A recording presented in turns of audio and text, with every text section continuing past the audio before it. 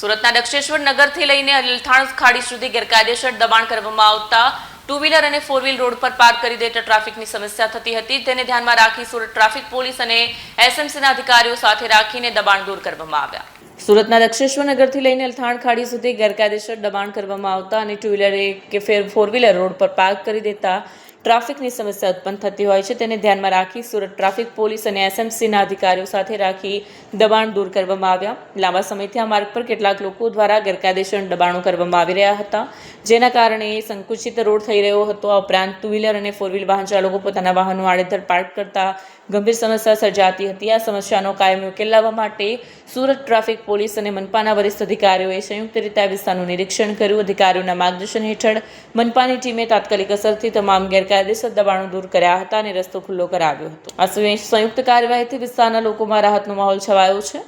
Police અને મહાનગરપાલિકા અધિકારીઓએ જણાવ્યું કે ભવિષ્યમાં પણ ગેરકાયદેસર દબાણો અને ખોટી રીતે વાહન પાર્કિંગ અટકાવવા માટે આવી કાર્યવાહી ચાલુ રાખવામાં આવશે।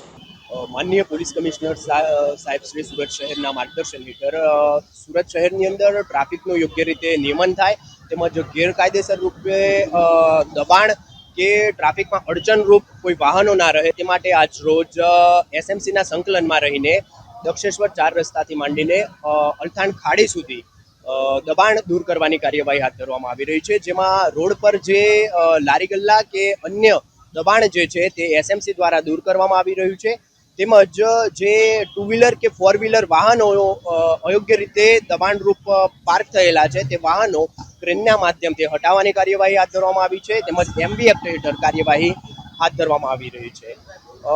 સુરત શહેર ટ્રાફિક પોલીસ વતી તમામ સુરતના નાગરિકોને અપીલ છે કે તમારા વાહનોને રોડ પર રોડથી સાઈડમાં યોગ્ય રીતે પાર્ક કરો, જેથી ટ્રાફિકની સમસ્યા ના થાય, તેમજ વાહન ચાલકો જે છે એ યોગ્ય રીતે રોડ પર પસાર થઈ શકે। બીજું કે જે લારી ગલ્લાવાળા પણ છે કે જે રોડ પર યોગ્ય રીતે દબાણ કરતા હોય છે તેઓને પણ અપીલ છે કે તમારા લારીને રોડથી સાઈડમાં યોગ્ય રીતે લગાવો, જેથી ટ્રાફિકની કોઈ સમસ્યા ન થાય।